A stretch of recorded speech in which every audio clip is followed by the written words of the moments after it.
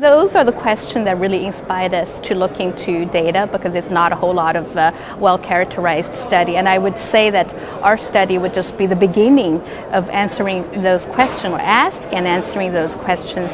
We looked at our single center experience, and they are retrospective and cohort study.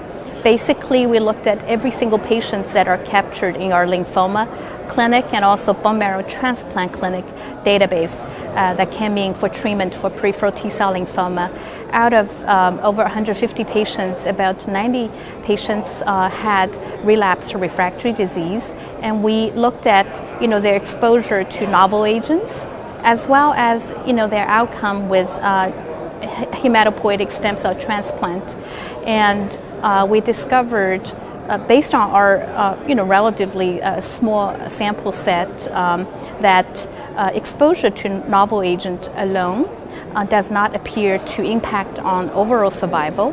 However, if you look at the subpopulation who actually went on for a stem cell transplant, including both autologous and allogeneic transplant, those patients getting consolidation treatment appears to have an improved survival outcome.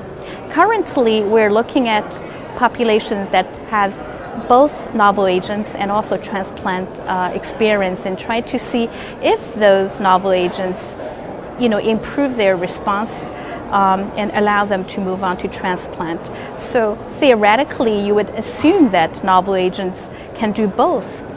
It provides a response for those patients who may not be moving on to transplant. It can be a form of maintenance. In that way, they improve response duration and survival. And for other patients who may be in a better physical conditions, the novel agents and those that having response to novel agents may move on to consolidation, and in that way they also enjoying a better longevity and survival outcome. So it's interesting. We're hoping to looking at larger data sets and prospective data sets as well to improve our sample size and statistical power in order to answer those questions more definitively.